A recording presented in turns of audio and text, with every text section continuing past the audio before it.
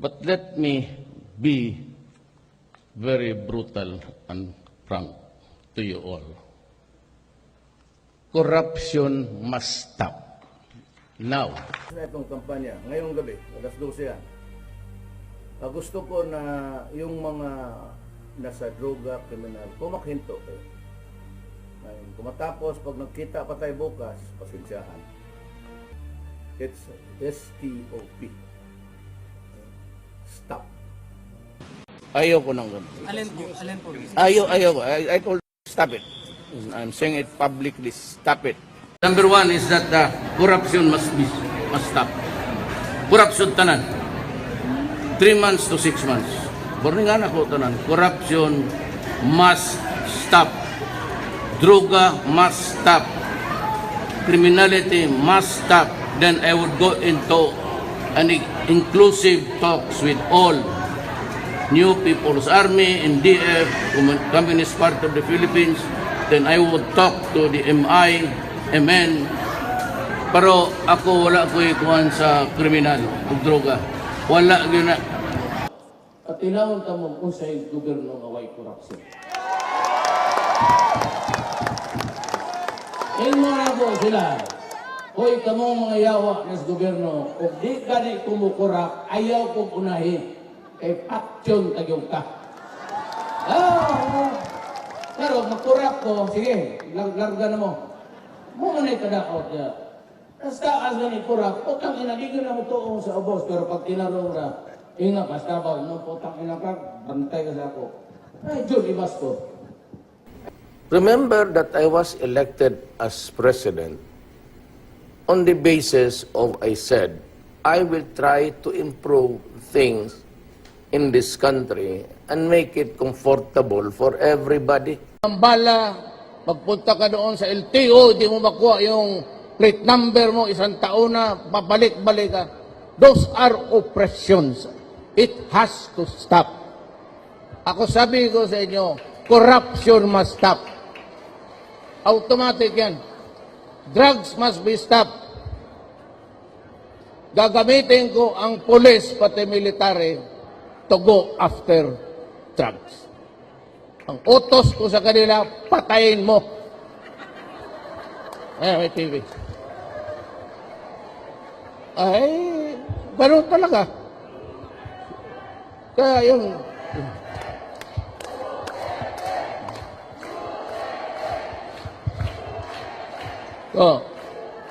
yung drugs will disappear. Kaya ako nagbigay ng limit ko sa sarili ko. 3 months, para talaga pressure ako. 3 to 6 months, tapos ang kriminal, mawala ang droga. Patayan yan, ha? Sinasabi ko sa inyo, patayan yan. Mawala ang droga at ang corruption sa gobyerno matatapos. Anong silbi ko kung ako presidente? Huwag mong gawin sa Davao, hindi ito pitsugin, ha? Yung ang treatment ko sa to. Kita mo behave sa Davao. Mag-checkpoint ka dyan, magkuha ka na pera. Yung pera na kinuma, kailangan isauli mo pareha yung serial number. Kasi dito, kinuha niya, dollar. Nagbaradero ang barko eh. So may dala-dalang dollar. Kinuha na doon sa... Sabi ko, pag hindi mo nasauli yan, dollar niya, hanapin kita, parilin kita, patayin kita. O kasi banilikan niya doon sa Aldibingco. Saan niya pinapalitan niya dollar? Sabi naman ng mga maranaw doon, wala na kasi na-exchange naman ng, wala na, balik siya. Sabi niya, sir, wala naman. Sabi ko, patayin kita. Ngayon na. Sabi niya, sir, hindi sir, magbayad na ako ng interest. Magkano yung dolyar, piso? Sir, mga 30 million. Sige, dublihin mo. Isauli mo 60. Pag hindi, to the drug and to the yung criminal. I will do it. Clean this country.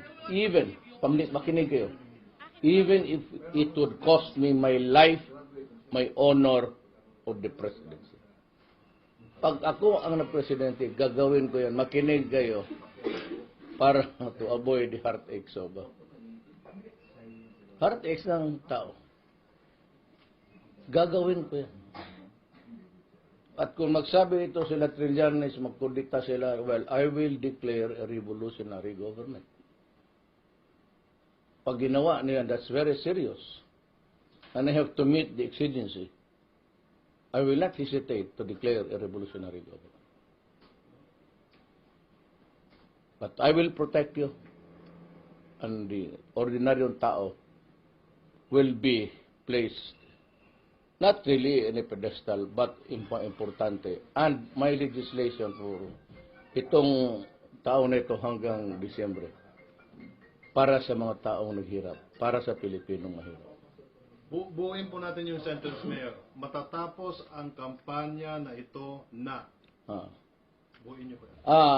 Matapos na itong kampanya, ngayong gabi, alas 12 yan. Pero dayain ko sa relo. I-atras ko. Gusto ko na yung mga nasa droga, kriminal, kumakhinto kayo. Ngayon, kung matapos, pag nagkita pa tayo bukas, pasensyahan. Yung corruption sa government, I have one message for all of us in government. It's STOP. Stop. Whatever you're doing, stop. That is my message. Sa mga corrupt, stop. Maraming salamat po. Give me a sense of how it looks to you from the vantage point of one of the most successful and largest e-commerce organizations in history. So tell us a little bit about what your idea was. Maybe from further degradation for us Filipinos is to improve on the economy. Really improve, maybe disperse and invite more investor. It's always money. It's infrastructure that's really lacking in our system. When I was in college, I had a professor who said that, economics is the law of supply and demand. What we do not have, we import. What we have and they ask for it, we export. The only problem is that the businessman, the investor would always look for the safest, the cheapest, and the fastest way of moving people and goods. That's about it. And I said, let me dwell on something else. It's agriculture. You want to raise the economy. How do you raise the economy? You have to start with people, the small and medium. Okay, you have to borrow. We give loans. We do not give grants. But the problem, I said, is if you do not improve on the law and order, because most of that money will not be invested on real estate. It could not be into manufacturing. It's just what trading, small business. How do they thrive?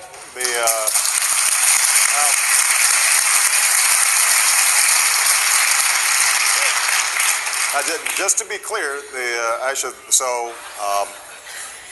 but the point is that they did not have to make some of the massive infrastructure investments.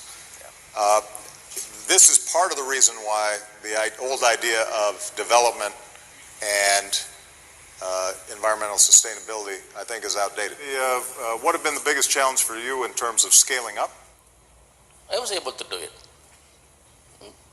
Pagka-presidente ako, pag sinabi mo, ang ina ka, huminto ka. Huminto ka. Ako ang presidente, pag sinabi ko sa customs, stop. Stop ka. Ihulog kita na sa... Pag sinabi ko sa BIR, stop it, stop people, stop it. Unahin ko because I have to take control of our country. It's in disorder. Every facet of life, the Filipino, be the sidewalks, the highways, parking everywhere, I have to take control.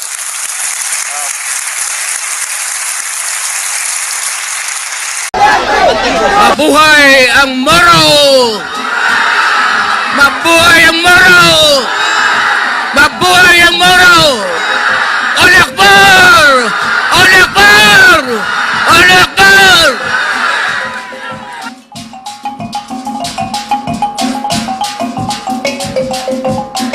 Ako po'y tumatakbo ng presidente. Kasi ayaw ko sana. Pero binabantayan ko yung lahat na kumandidato ng presidente noong nakita ko na walang pag-asa ang Mindanao at tayong lahat dito, kima Kristiyanos o Mamoro, sabi ko masama ang lagay. Bakit? Pinangakuan nila ang Bangsamoro ng BBL. Sinabi ko na noon, duda ako dyan, ididribo lang nila. Totoo nga, dumating ang panahon na matatapos na lang ang administrasyon ni Aquino, walang BBL na lumabas. Ngayon, napahiya tayo. Kaya ako tinitignan ko, nakita naman ninyo, sino ang kandidato dito sa tatlo na nagsasabi ang problema ng Moro, ang problema ng BBL, ang problema sa kawalaan pati gutom. Wala! College of Law, aral kami sa library.